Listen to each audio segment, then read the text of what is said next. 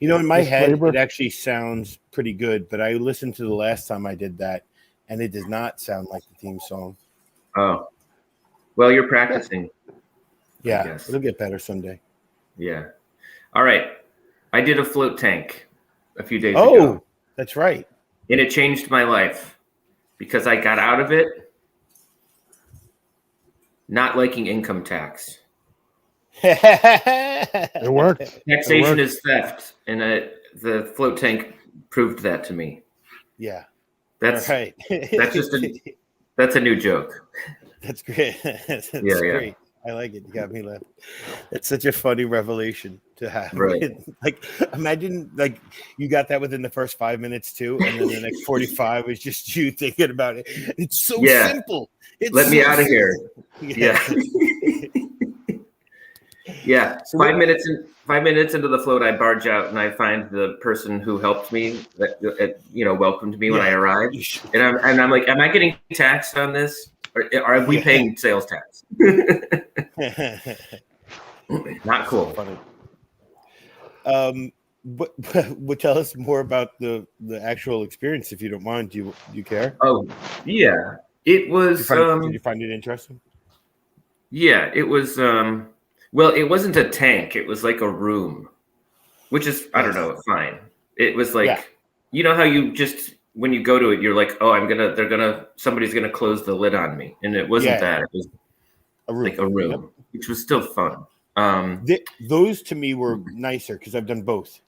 And the other ones are much smaller, so you just bump into it a little bit more. Oh, sure. So that's good. That's a good experience. Yeah. Okay. But yeah, it was, I don't know, relaxing. I didn't feel like I was gonna drown, because the guy who was giving me the tour was like, some people freak out. They think their head's gonna go under the water, and it's not. Anyway. Yeah. It was just like a relaxing non-sleep hour. Yeah. An hour of relaxing non-sleep. Yeah. Right. Now, I don't know if I mentioned this last time. I don't think I did. But for me, the first time I went in there, I know I said it felt like walking into the biggest room I've ever been in. But I was trying to meditate, and it felt like, when that first rush of trying to meditate, all these thoughts start popping in your head. It was like that times 100. But then it quieted pretty quick. Within like 10, 15 minutes, I was like in a good space. How are you? Oh, yeah. Yeah, I didn't feel like I was, my thoughts were racing or anything like that. Because I did wonder if I'd feel claustrophobic or panicked. And I didn't. No, I didn't. It was more of that I was there with intent to meditate. And I think like because I was pushing myself to meditate, maybe it was, that's counterintuitive, Yeah. Anyway, sorry. I will say that I did feel that my limbs were vibrating pretty rapidly. Like sometimes I feel tingles when I meditate. Yeah. Which I think I stumbled on, a better term for meditation, and it's making your body vibrate. I think that's what you're. Doesn't that make it sound more interesting? Like, oh, I'll try to do that. Yeah. And it happened like a little bit more intensely than usual. So that was, I don't know what to take from it. Do it again? Yeah, I'll probably do it stoned the second time. Now that I've done it. So you went sober? Yeah. Okay. Interesting. And I'll tell you, sorry, Jay. I'll just say, go ahead. I've heard, and for me, I think edibles was, and I know you're a fan of that. That was a real intense trip when I did that one. Oh, yeah. And just know the guy who invented the float tank, he did it with ketamine. He would put himself in a K-hole. So, talk to your physician. Right. One thought I did, I did have a few days later thinking back on it is that there has to be people who sleep in that. Yeah. Who own their own float tank, and that's how they sleep every night, I bet. You know what? I think that would be a nice way to do it, right? Sure. I think it's pretty comfortable. I would if I had one, I owned one, I would get a little rubber thing to put under my head. But other than that, what do you think? One of my favorite things sensations that happens Mm-hmm. is the water temperature. Did you get that where you're inside the water and outside the water? It felt the same? Yeah, it didn't. I didn't really notice it. Okay. Yeah, I was just more of like, oh, I'm comfortable. You know what I mean? It's like I might have thought about temperature if it was too hot or too cold more. I felt like that was one of my favorite sensations because it really helped me with the out of body, like my mind getting untethered from the physical. Yeah. Jason, are you changing your pants quietly? No, are you wearing sandpaper today? Daddy's trying to get up on the couch and or sitting in front of me, and I'm like, hey, get up on the couch. Get up on the couch. Got it. So I just got up on the couch. She's rocking new headphones, and so it's sitting on his chest. I think that's what it is. But that's what. Yeah. Oh, got it. It's just the way he was. Just the way you were moving. Yeah, he's practicing origami. Off camera. This is his new hobby. Just the way you were moving, it looked like you were trying to put on like a different pair of pants or something. Yeah. Oh, hey, and I talked to I have a question before we get off this topic. Okay. So were you able to do what I asked you last night? Oh yeah, Jay suggested I try a dark shower and compare it to the float tank. That's right. I didn't get a chance to. I'll try to do that tonight. So we'll be able to talk about this again next week. All right, good. I guess, yeah. Maybe we'll all dark shower before next week. I could do that. I'll commit to that. Yeah. It's gonna get really dark in my bathroom. Mine too. Yeah. Yeah. Interesting. It's supposed to. Oh, all right. I don't know here's a new revelation I had. It's that I want to self-publish a book that in the title is like future plans or future blueprints for a time travel machine. And it's a completely blank book, but I'm selling it to you under the promise that one day time travel machine plans will appear in the book. Yes. And then put reference Back to the Future. Well, I mean, I think it's like when Bill and Ted's Excellent Adventure, when they're like, "Oh, we're gonna have to travel back here and then make a chair fall out of the sky." Yep. That kind of thing. They're like, "We already did that." Right. Yep. Perfect. Yeah. Yeah. They just need patience. Right. These people, like, if they're true believers. Yeah. It doesn't have to be a big manual either, because I'm just saying. No. It's good. It's a good idea. Yeah. I'm sure I'll sell 4, but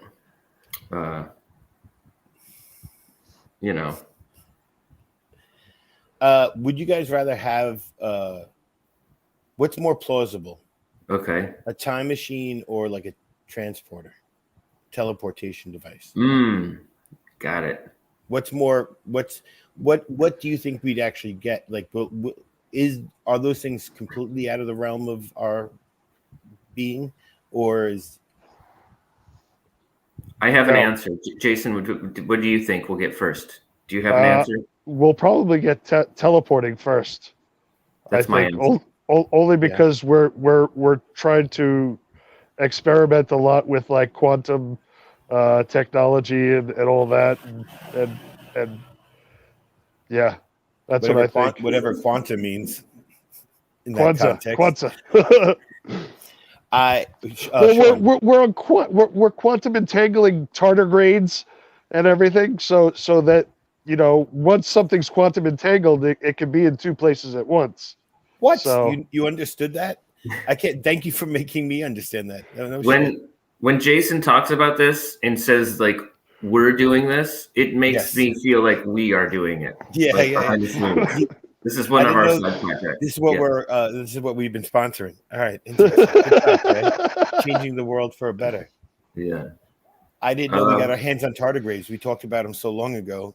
I didn't know we kept. All right, I got to go to the business meetings more often. Here's the thing about here's the thing about tardigrades. They're so small, you might not know when people are sending them to you.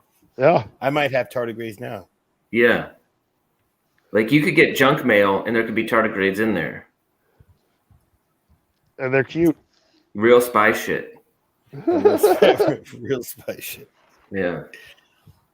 That would be a trip if you looked into a microscope and you saw a tardigrade, but it had was that obviously bugged?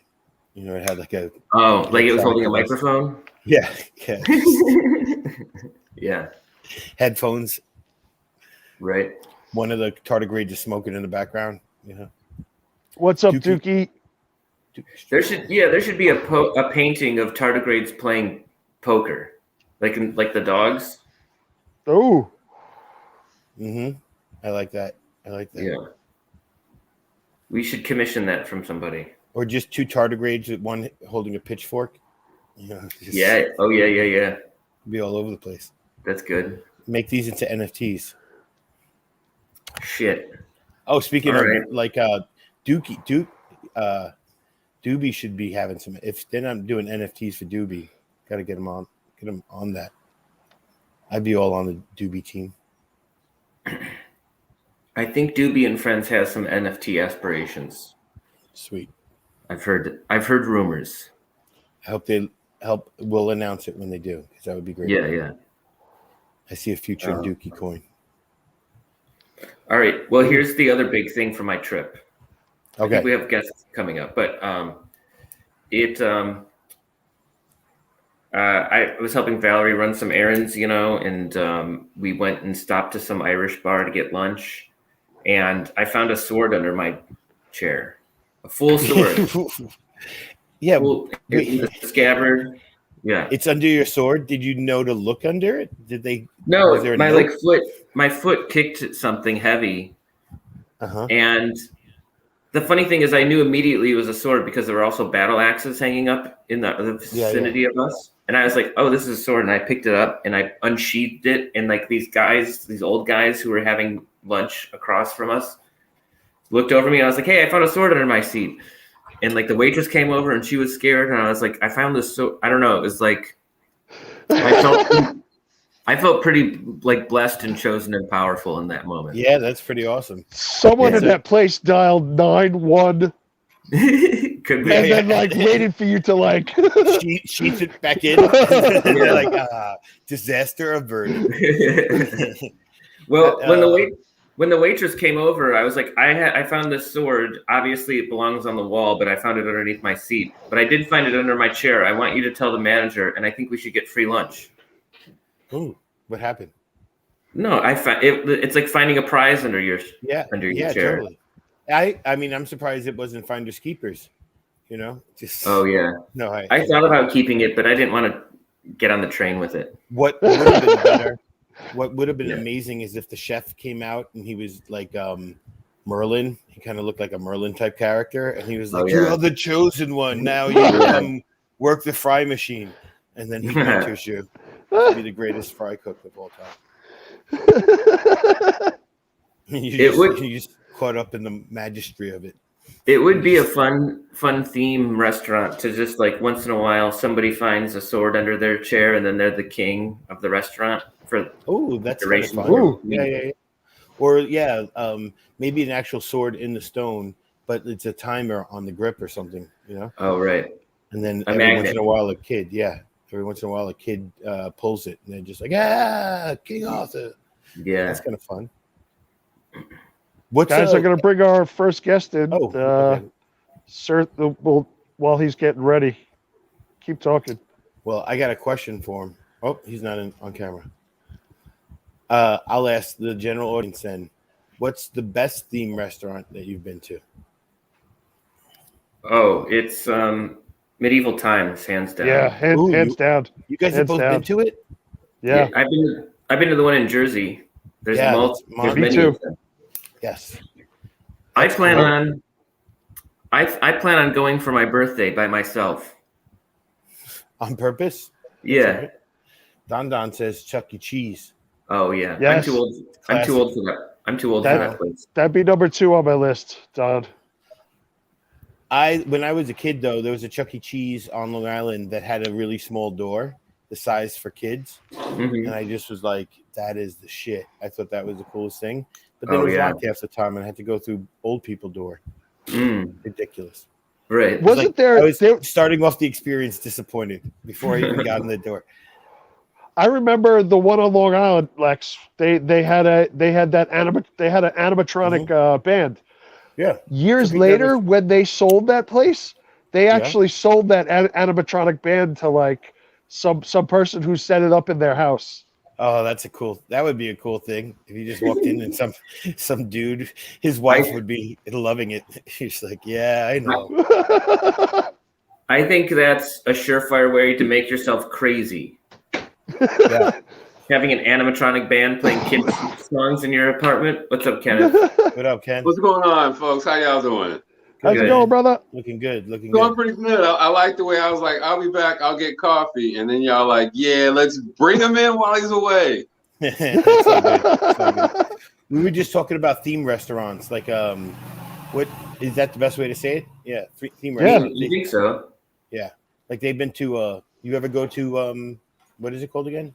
Medieval Times? Medieval Times? Yeah. No, but I've been to like Dolly Parton's version. Like Dolly Parton has a theme thingy in Myrtle Beach where you go and they do like people ride stuff on horses and then you eat chicken and they like do big shootouts and stuff. Like a Renaissance fair. Not like a fair. It's just like a big it's like a big barn with seats around it. Oh, okay. In the middle, they do like. You said Dolly Parton. I'm just high. I forgot the beginning of this sentence. That's all. I just heard turkey legs. Or you didn't even say that. In my head, it was. I'm just high. I'm sorry, Ken. It's no problem. I caught up. Congratulations on being high. Thank you, sir. Thank you. You know what is a theme restaurant that we haven't brought up? Oh yeah, the Rainforest. That's a good one. Yeah. Is that a restaurant? Yeah, it is the Rainforest Cafe. I remember that now. Right. So do they have like animals that are in the rainforest and you get to kill them and eat them? Every one of them that I went to, Almost. they had dope fish, the giant aquarium fish tank. Yeah. So, and they had fish on the menu, so you might be able to get one. Yeah. But in some ways, isn't almost all restaurants theme restaurants? Like McDonald's is a theme restaurant. I guess. Wendy's. True. We are forgetting the biggest theme restaurant, and that's strip clubs. Oh. If you eat at a strip club, that is a theme restaurant. Yeah, Mondays, Thursdays, free Swedish meatballs. Just because they have food at strip clubs, you should not classify them as restaurants. You never went for the free buffet on a happy hour? Dude, I went to college in Atlanta in like the mid 90s. I have eaten buffets at lunch at strip clubs so many times because like at lunchtime it used to be free to get in. You know what I'm saying? And then the like the girls who work the daytime, it's like you got more for your money. You know what I'm saying? It was always better in the daytime. Oh, most definitely, most definitely. I have my best strip club experiences in the daytime when I should have been in class. Sean, have you ever been to Jekyll and Hyde's? I know they're not there anymore. That's what I was just going to ask. I've been to Hyde's before. Jekyll and Hyde's. I've not. It's like the waiters are scary, right? That's what it is. White Castle. White Castle is a theme restaurant. Yeah, nobody. There's just one chef in the back wearing like suit of armor. He's just clanging around. This is how funny the New York City White Castles are. There used to be a White Castle in my neighborhood. It's not there anymore. But one time I went there at like 2:00 in the morning and it was closed because somebody had rented out for a fashion week party. And there was like models inside and like a bouncer at the door. It's so New York. That's so What? It's great. Mm-hmm. Yeah, models walking around holding like one tiny burger. Jekyll and Hyde. Just to jump back to it. It was it was a place that it was cool because a lot of actual actors would get jobs there, and they were in character. Your waiter was in character all the time. But the other thing they had on the actually both of them, they had because it wasn't just scary. It wasn't scary. It was like they were all part of like, I guess scary, but it was they had animatronics on the wall, but they definitely had somebody who was in there. It wasn't like pre-programmed. They would fuck with the customers. It was so great. They'd be like, "Hey, what you staring at?" Talking shit. And the Midtown one, when you entered, they put you into like a room that like got smaller. Like they had a couple cool little like, horror movie or scary movie kind of like things to fuck with the audience.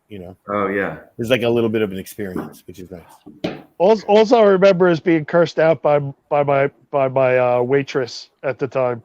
Oh just because they were in character and she was some like irate like 1900s like hooker or something like that. That sounds. Come on, kids, let's go to the restaurant where the hookers are waitresses. Yeah, it was not for kids. That place was not for kids. No, it wasn't. Kenneth, what have you been up to? Does gonorrhea come with that, ma'am? Yes. You shouldn't have to ask. There could be a theme restaurant of like dirtier New York. Like, hey, this is what New York was like, when it was dirty. Call it Taxi Driver. Yeah. Wait. Hold up. You just said something like when did New York stop being dirty? Did you just say like a pre-dirty New York, or like when New York before New York? He's talking like pre-Giuliani, like 42nd Street. You go in there and like 42nd Street dirty. Yeah. Oh, as opposed to just general New York dirty. Yes. Right.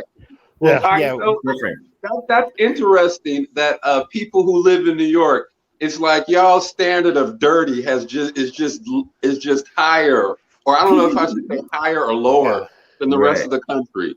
Like like people. There's a difference between Port Authority and Washington Square. It's mostly the fumes. There was also a garbage man strike in the 80s, so it was dirtier. No. I think you folks still haven't recovered.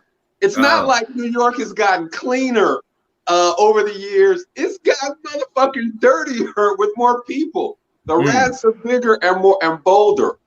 What it is, I think, is that so for people who come from out, we'll be like, wow, New York, amazing. Dirtiest motherfucking place I've ever been in the world.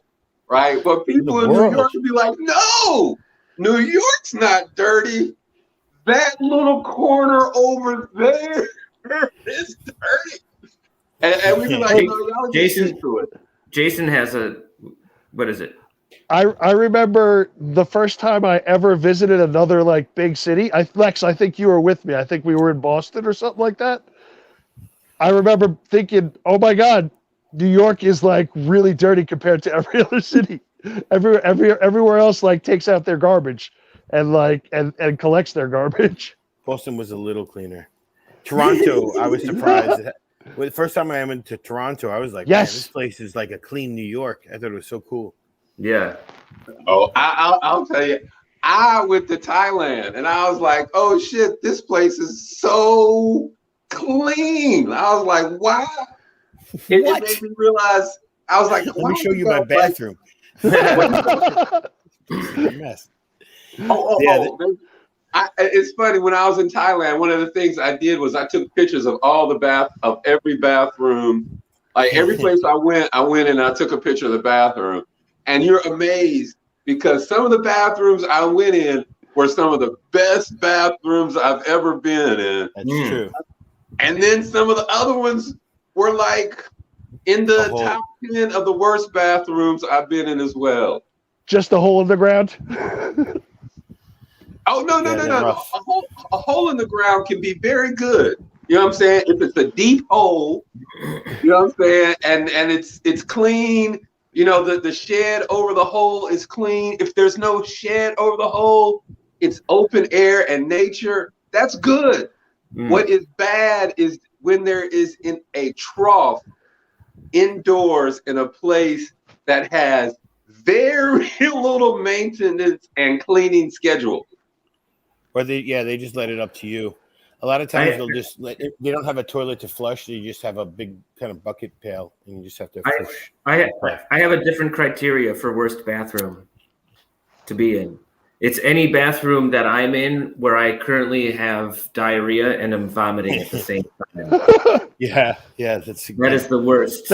That's only happened to me once. That's never happened to me, but I would say any bathroom I am in that situation for me would be the best bathroom because, like, I'm thinking of where else would I do it. Like, apart from being in a hospital, a bathroom is the place I would want to be in that situation. Yeah, like imagine if you were in your living room instead.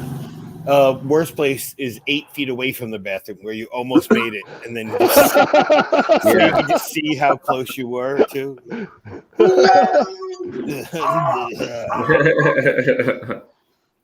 Have you ever? That almost happened to me. I remember not the diarrhea part, but the vomiting part. I remember one Thanksgiving we had like our whole family out. And one of the little kids like infected everybody, and everybody got the Norwalk virus. And you could see within like 2 hours, like every 2 hours, like someone like started to drop.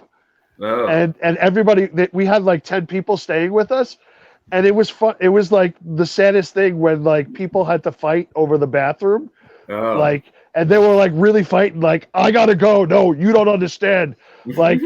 I'm the guest. I had my father-in-law shitting in a bucket outside the bathroom because he had to wait.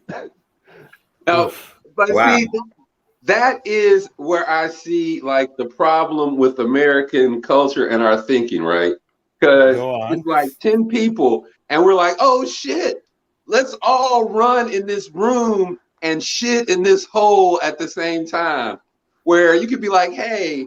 Especially where you live, Jason, you'd be like, it's a big ass forest behind you. Like a huge fucking forest. Like, we can, it's okay. It's all right. You know what I'm saying? And here, you can take the toilet tissue with you. Take the toilet tissue with you. Just take it. Oh, forest. That was my worst experience in Thailand, where I had to go so bad at a buffet. And you walk outside, it's an open market area. And so the bathrooms are kind of open market, but they're not like they're open enough for me to feel uncomfortable. But they also didn't have light, and I didn't know where I was going. I went into one of the Chinese toilets, which is a standalone, with a squatting. And then they also didn't have paper. And I was ready to go. And then I was like, shit, there's no water gun, there's nothing. And so I had to tighten up at the worst possible time to tighten up, and I didn't think I could make it. And I just like had to like straighten my back to just walk to where like I can find some tissue or something like that.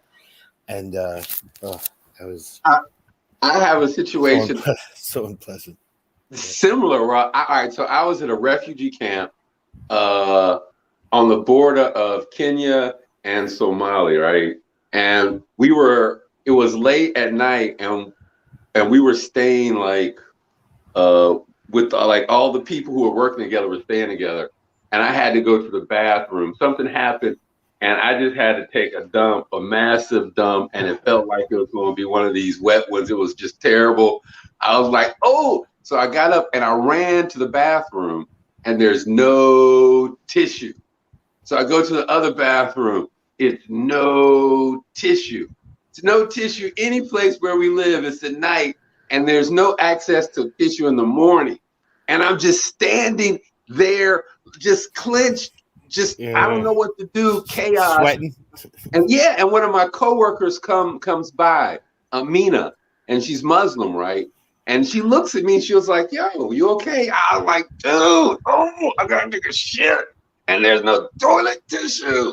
And she was like, just use water, and kept on pushing, right? You know what I'm saying?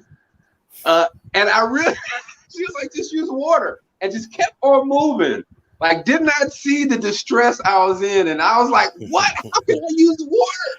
And she was like, "You know." And then she gave me a little plastic cup of water, and I realized, you know what? If you are ever in a situation where you have to take a dump and you need toilet tissue, never ask a Muslim to help you. Like they will not see the situation as like no problem. It's like there's plenty of water. What's wrong with you? Like why? Sean, you're in a bathroom. Yes. You didn't look before you leaped, and now you're sitting on the bowl. No this paper. is like an escape room situation you're putting me in. Yes. I get it. Okay. Yeah. And this is your friend's house, and you look under. You have to look underneath there's no toilet paper there. There's other normal like toiletries and stuff like that. What are you going for? Okay.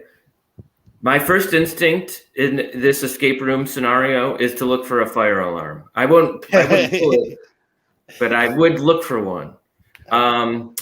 And you know what? I'm going to say that if it comes to it, I think what you're getting to is what I would do in a dire situation. It's like you have to use your socks. So, yeah. Oh. That's what I was thought Ken was going to get to. Yeah, eventually. Oh, yeah. I've lost a couple pairs of socks in the woods before. In a pinch, you're going to have to use your socks. But you're in somebody's house, so now you're going to have to throw those socks out in the trash. Well, I mean, there's toiletries. I've got a question. Yeah. I'm surprised that the first go-to wouldn't be like, "Hey, friend, where's the toilet tissue?" Like that would be the number one. He's not that good a friend. He's not in this scenario. He's not. He's that dick friend that you have. Wait. They're downstairs. They're in a different area. They can't hear you. No help. Yeah. You have to go. No help.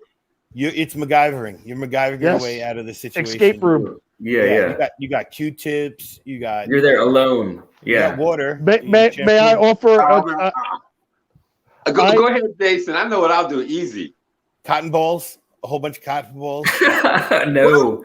No way, man. I'd be like, real quickly, I would get on my knees. I'd be like, Allah, Akbar, and I would turn on the spigot and left-hand it very nicely. Take a shower afterwards. Yeah, just take a shower afterwards. You wouldn't just hunch over the sink? Just wash my hands. It's not like I use my whole body to wipe my ass, just my hands. I would. Jason's right. Jason's right. I would take a shower and then I would wash my socks in the shower because I already also used my socks. You should have thought of this the first time. Yeah, it was salty. Yeah. It's already too late. And I would tell my friend about it. Mm-hmm. Hey, man. I would tell him the whole thing. Up there. Yeah. Hey, Jason, what was that? I think we were going to talk about it, that there was like some scientist said that there's probably an advanced AI that already has consciousness somewhere in the world. Did you read that?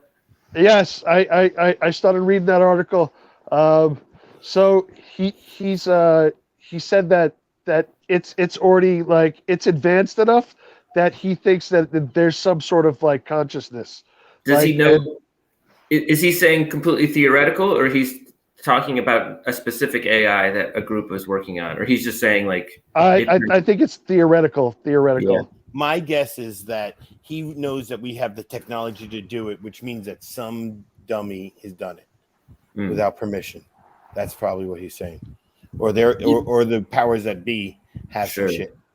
And they got what the coolest thing about being 47 when the AI first comes to consciousness is that I'm going to be dead by the time it starts to fuck the world up. Yeah. Most definitely. Like, it's a little cute baby AI. They're going to be like, oh, cute little baby AI consciousness. This is great. What type of rights does it have? They're going to be thinking about this. Other people are going to be like, kill it, kill it, kill it. And people are like, no, save it. And I'm just going to be getting old and drinking my coffee. And then they'll be like, the AI is taking over the world. And they'll be like, what do you think, Kenneth? I'll be like, I'm in hospice care. Funny you say that. I think there is a country that already granted a robot its own its own citizenship, and I do believe it's Dubai. I don't quote me on that, but I do believe it that they did. I must say, if there's a country to be a citizen of, it might be Dubai. You know what I'm saying? I think that whole, like, you know what I'm saying, giving people Lamborghini income. taxis. Yep. Yeah. What'd you say? Lamborghini taxis. It's not bad. Most definitely. Can anybody get a citizenship there? Can I just apply to be a citizen there? Yes, I think anybody can apply. Yeah, you just need money for them to pass you. Yes. But even like the U.S., like, well, all countries have these citizenship programs that like have weird names to them, but it's like you can go online and find out how much money you have to give to the U.S. in order to become a citizen. Like, to be a citizen, you have to build your own skyscraper to be a citizen of Dubai. Oh, probably. But the bar is way lower for the U.S. I think you just got to give them like $5 million. Or like marry a presidential candidate. I'm Googling the Dubai question. Let's see. Okay. How much does it cost to get citizenship in Dubai? It's making me click on something to reveal the answers. Sorry. This is don't do that one. Don't do that one. You know, there's a lot of countries out here where you ain't, like Thailand, you're not going to become a citizen. You could be a resident at best, but you'll never. Okay, here's the answer. If you'd like to make an application as an investor, you're going to have to make a public investment of 10 million in Dubai money, AED. Yeah, skyscraper. Yeah. All right. How many Stoner Morning Show 24-hour telethons do we have to do to get our skyscraper in Dubai? 3. Well, the first hour alone is figuring out the conversion rate between American money and Dubai money. We'll save that. Yeah. We could do it now, but we'll save it.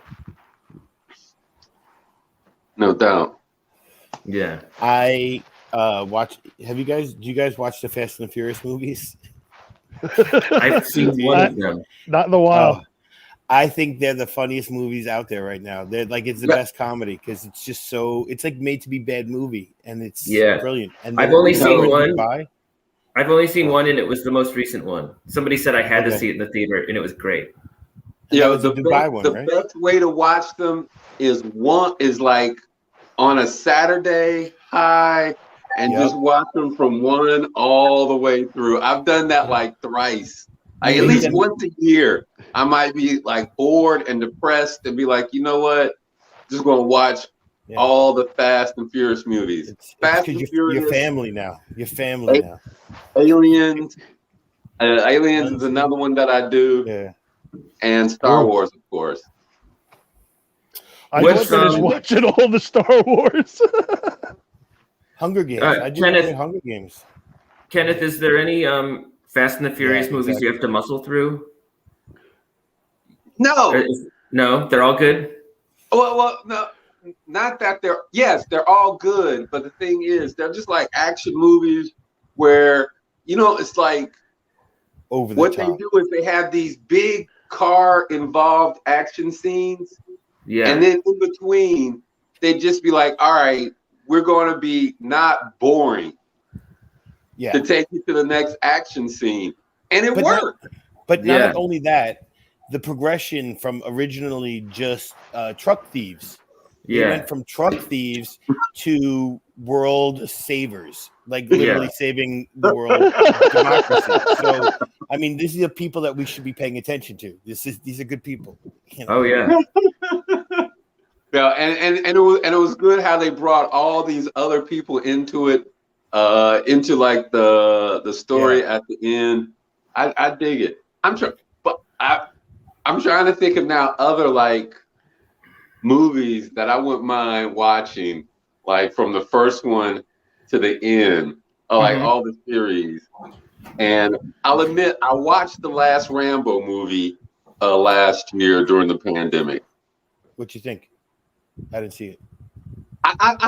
It's weird. It was exactly what I wanted. You know what I'm saying? Yeah. I wanted Sylvester Stallone being like, like just running and grunting. That's how we all like him. Yeah, and then like stabbing people and being like, you don't know me. You do first blood. Yeah, like do first blood. it was good. Some like I realized. All right, so I realized for me, like movies like Rambo and Die Hard are like the way I feel about those movies are the way people feel about Marvel superhero movies, right? Except I think Marvel superhero movies are a tad dumber. I just think they're a tad worse. But in general, it's like. By the way, I think that's who's the AI that's already out there. That's who's making the Marvel universe. I feel like that's how they made that computer. I think it's too involved. Yeah. You might be right. There should be a Rambo should meet Rocky. That should be the next movie. Wow, he might actually he would win an Academy Award if he could play himself and Rambo and Rocky at the same time. Movie. Are you talking about Sylvester Stallone meeting Rocky and Rambo? Oh wow. Yes. All right, so what he does a cameo? I see a lot of different ways that can go. So like if you had Sylvester Stallone playing himself, then also playing Rambo and also playing Rocky, I can see that as like sort of like a documentary where he's like talking to like all the characters who are asking him questions about the decisions he made to like the movies and whatnot. Like not like a real movie, but like them walking down the street talking to each other and shit, and like being in the studio where they film stuff and like him being like, that would be funny, right? And then and all of them would be in character. But then, if it was just Rocky and Rambo, is it like one of them's evil and one of them's good, or is it like they meet and then all of a sudden they work together to defeat a common foe? Now that I think would be good. Yeah, Arnold Schwarzenegger's common foe would be Sylvester Stallone. Oh, no! It should be Arnold Schwarzenegger. I was going to say maybe Judge. I thought maybe Judge Dredd might show up. I don't know. I am the law. I would really like to see a remake of Being John Malkovich, but it's being Sylvester Stallone, and they slide into Sylvester Stallone's brain and get to be Sylvester Stallone for a little bit. And they're just like, thank you for blood. Thank you for blood. Coming to get you. Yeah, but I did like Judge Dredd though. I did too. I actually like this. You know what? The other Sylvester Stallone movie that I always confuse it with, but I was gonna say I like the new Judge Dredd as well. That's what my thought that I didn't finish was. What was this Sylvester Stallone and Wesley Snipes movie? Demolition Man. Yeah. Demolition Man. Oh my God. Man, I still think about it all the time when Sylvester Stallone fucks and they're like, she's like putting on a helmet and shit, and I'm like, that's the future. I know it. They're gonna make me fuck a robot, you know. Well, I don't know if they're gonna make you. No, they're gonna make me, man. I would like to try that. I got to be honest too. Yeah, if I was Sylvester Stallone in this situation, I'd be like, all right, this is cool. Like, I got to find out what that's like, and then I'd be like, all right, now I'm gonna show you the raw dog. Yo, forget being Sylvester Stallone in that situation. Me as Kenneth McLaurin in my situation now, I would love to try to fuck a robot. Somebody was like, come to Japan with me. But they're like, come to Japan with me, man. We've got it. It's like flesh. We've got this hinge joint in the neck, like all this stuff, and what? Yo, I'd be like, really? Yo, Kenneth, for $8,000, you could do one now. That there's a company that makes them. Well, I know. I've seen the company. I got to get my stack up. So check this out. This is weird. He's debating if he wants to move to Dubai or buy a fuck doll. You know? I'm gonna buy one. I'm not gonna buy a fuck doll. I want to buy a robot, a fuck robot. I know. A companion. But They're check this out. companions. This is what's gonna make this cool. I am going to have it look just like my wife. That's a good loophole. That's actually kind of creepy though too. No. And wait. So whenever she's mad at me and shit, I'll do stuff with the doll that she won't do with me. Yeah. There's only one thing. I guess the doll loves me. There's only one scenario where you could get me to fuck a robot, and it's how you fly this spaceship. If you want to fly this spaceship, you have to fuck this robot. That's how you fly it. And it's like, fuck. All right. I got to do it. I think if somebody was just like, if I was walking around and like I was in a store and somebody was like, hey, we have a sex robot in the back. You want to try it out? In the back? I'd be like, how many people have tried it out first? Yeah. When was the last? Let me see the last cleaning. If they're like, you're the first, I'd be like, oh, no doubt. Or even if I was just in a room sitting down and somebody was like, you're telling me robot that there. If I dressed in a scientist suit, I had the white shirt on and everything, and you never met me, and I just came up to you and like, hey, put your penis in this thing that nobody else has ever put their penis in before. You would be fine. Sure, I'll be the first one. Yeah. If the thing you pointed to looked like Sean, I'd be like, hell no. But if it looked like one of these Instagram models I'll be following, I'd be like, yes. All right. Like, now, to be true to the Demolition Man. About it, right? Like the way I think about it is like masturbation. Like the first guy started to masturbate, and he was just using his hand. He was just using his hand. Probably a frog. And then another dude was like, "Yo, it'll be better if you add some lubrication." And he was like, "Oh shit, lubrication!" And it just got better. And then some guy was like, "Yo, check this out. Thanks, Dad. If you take Vaseline and shove it in a sock."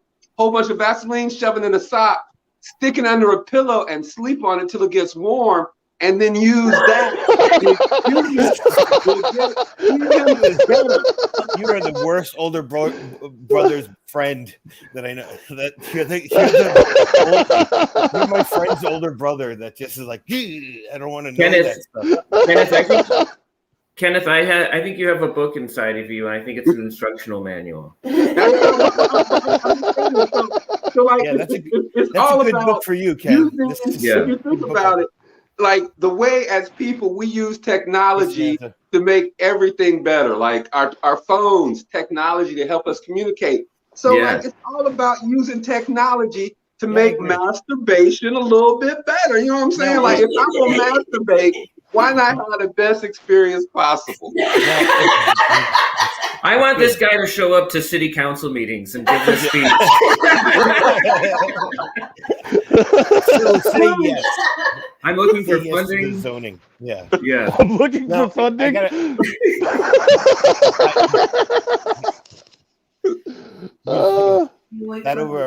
do that over free healthcare. Yeah. Hey, Valerie is over here. Valerie. What's up, Val? Yeah. What's going on, Valerie?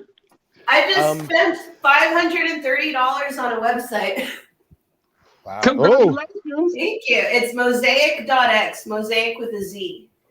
Mosaic with the Z.x. So what's on your website? What's on my what? On the website. Nothing right now. But Mosaics. I had an idea that's currently on buybuybezos.com. Okay. Uh-huh. And I wanted to make my own Amazon. And I found a way to do it without building any warehouses. Awesome. Oh, that's what's up. Nice. So check this out. Can I be one of your first sort of like, I was going to say angel investors, but I'm not an angel. I don't have that angel money yet. Maybe we could be funded by like small donations. Yeah, most definitely. Maybe. What is it before you become an angel? Like, before player. you? No, you're Contributor, investor. Bowler, not player. Bowler. You're in limbo. There's angel. There's bowler, and then there's player. Yeah. No, wait. angel. No, The best purgatory. part, though, the best part. The word I was thinking of was purgatory. I can be a purgatory investor. That's pretty funny. Okay. Anyway, 3% of all revenue to charity forever. 3% to charity. 3%. You're doing this again. As one. Amazon does 1. Yeah, Amazon does 0.5. Oh, those 0.5. pieces of shit. Yeah.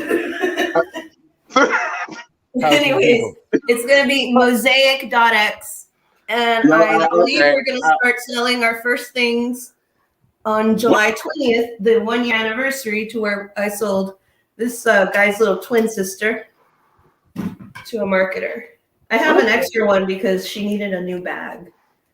That's what's up. I think that's good. So and why did you decide on 3% to donate to charity? Because it's bigger than Amazon's 1, right? It's bigger than Amazon's 1. 0.5 is what Amazon. Oh, Amazon donates 0.5, so it's. What about like Coca-Cola? And I calculated the 1, and it was a lot, but it wasn't enough. It was just like, it's still not gonna hurt me. Yeah.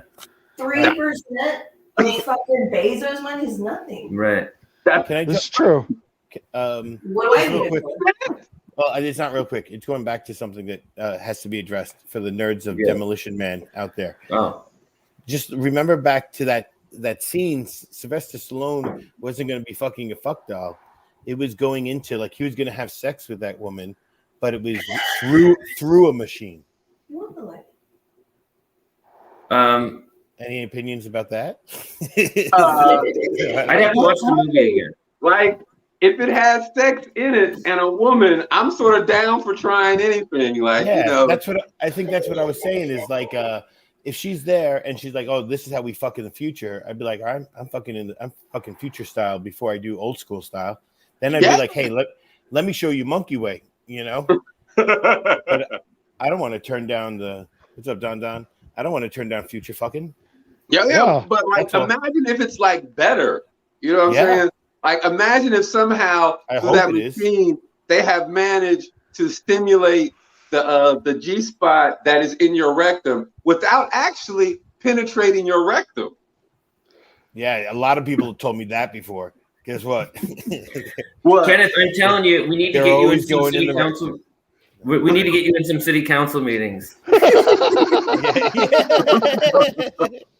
I'm down. Actually, though, I'm thinking about running for mayor of Ithaca. So, oh my God, this is gonna be awesome. So our mayor retired. They have a temporary mayor, and in a couple of, I think next year or something, they're gonna have a new. They're gonna have election. The election, and I'd actually talked to a couple of people about being my campaign manager. Some folks who run some campaigns. So I'm really thinking about running a campaign for mayor. And what's messed up major platform? What'd you say? What would be your major platform? My major platform, I think, would be I'm running as an American, and the idea is that I'm as poor as most of all of y'all out there, and I'm pretty sure that we can work together to make everybody get money. So you know what I'm saying? I'm gonna be the get money candidate. I'm gonna make pragmatic. Your lives better, the lives better of your kids. And if you making like as much money as I'm making and less, we gonna be on. If you're a billionaire, you're gonna hate me. Good. Yeah. All right. That's it. And then I'm going to run on racial justice and diversity the way that everybody wants it. Like we all want to be left the fuck alone. We want to be left the fuck alone. Hey Jay, if you were running against Kenneth, what would you could be his running partner. What would you run on? What would I run on? I'd be the cannabis the candidate. Would just be all the Green Party. I'd be the Green Party. That was his nickname in high school, the Green Party. It was. All right. Kenneth, how many signatures do you have to collect? Like, what's the? I don't think you have to collect any to run. Yeah. I don't know how many you have to collect to be put on the ballot. Got it. But you don't have to collect any to actually run. So I can start my campaign, and part of that is going to be about getting on the ballot. But I think one of the things I'm also going to do is use my stage, like the performances and all the other things that we do around the Cannon markets, as opportunities to talk to people about what I want to do, my platform, why I would be the best mayor for Ithaca, like why they should vote for me, what they're gonna get if they vote for me. Well, then you just ask them what they want and see how many people want to do what. No. If they're at a cannabis market, they're probably on board with at least that end of it. Yeah, but see, I think the problem is the candidates be like, all right, let's ask people what they want. And then they go out and they be like, all right, we're going to try to give everybody what they want. And then the problem is they're trying to please everybody by not being themselves, but by like trying to just appease everybody. Me as a candidate, I'm gonna be like, look, man, some of y'all are going to be happy with me all the time. Some of y'all ain't. Sometimes y'all don't like what I do. Sometimes y'all not going to like what I do. But this is me. This is what I'm going to do. If you don't like it, vote for the other motherfucker. But if you like this and what I want to do, vote for me. Bam. So then if I win, people know what they're going to get. And then even the people who didn't vote for me, they know what they're going to fucking get. Get on board. Man, that's it. I'm like, no bullshit. All right. Very all right. Just and I'm going to curse on stage. We can't wait for the official announcement. Almost definitely. Right. And I'll be like, look, I'm going to curse because this is politics and this is for grown-up people. If you're like, oh, my kids are going to hear this. The fucking kids don't vote and they don't have enough experience in life to make adult decisions. Put them motherfuckers to bed. Right. Yeah. That would be a good slogan. Right. Put on motherfuckers to bed. Yeah. I love that. Actually, I want the slogan, get money. Let's do it. Get money, Ithaca. Let's do it. That is a good slogan. That's a good like town slogan even. Get money, Ithaca. Yeah. All right. That could be on a billboard as you roll into town. Don't do dead presidents. Don't let your slogan be like we're getting dead presidents. Yeah. No. Good call. Or maybe I could be like Bitcoin bitches. Bitcoin bitches. Bitcoin bitches. We getting it. What? Actually, whatever's in my slogan, I wanted to finish with what? What? Yeah. That's gonna be like the call. That's gonna be like the call to arms and whatnot. Like the people who are gonna vote to me, they're gonna be at rallies and whatnot. They're gonna be like, Candace, what? Candace, what? What? Like, yeah, like it's gonna be nice. Imagine a whole bunch of people outside of the voting, outside of like the polls, the day of the polls, like my support, being like, Candace, what? Candace, what? And like nobody will come and vote against me. Like I would win. Yeah, very aggressive. They almost sound like Trumpers. No. I'm trying. No, because Trumpers are different. Trumpers are different because they believe the bullshit Trump say. And it's coming real. These would be actually, I would call these my squires. These would be squires. They'd be my squires. My squire army. Most definitely, man. You know what I'm saying? Sir Kenneth. I can make somebody a squire as a motherfucker. I'll be your first squire. That's how it works. It's a movement. Yeah. All right. You guys got any shows? You want to plug the Monday show? Yeah, we're Brooklyn, New York. We do a live version of this at Tiny Cupboard, 8:30s. Sometimes there's free edibles there. Oh yeah, and you could also listen to it on Spotify. That's right. Oh snap! Y'all doing it big. We're just using technology like if it was a fuck doll. That's right. Yeah, unfortunately, I don't have Spotify though. Kenneth. All right. Yeah, you want to? Me and Kenneth are going to be next week. Me and Kenneth are going to be in Ithaca, New York. Ithaca, getting that money.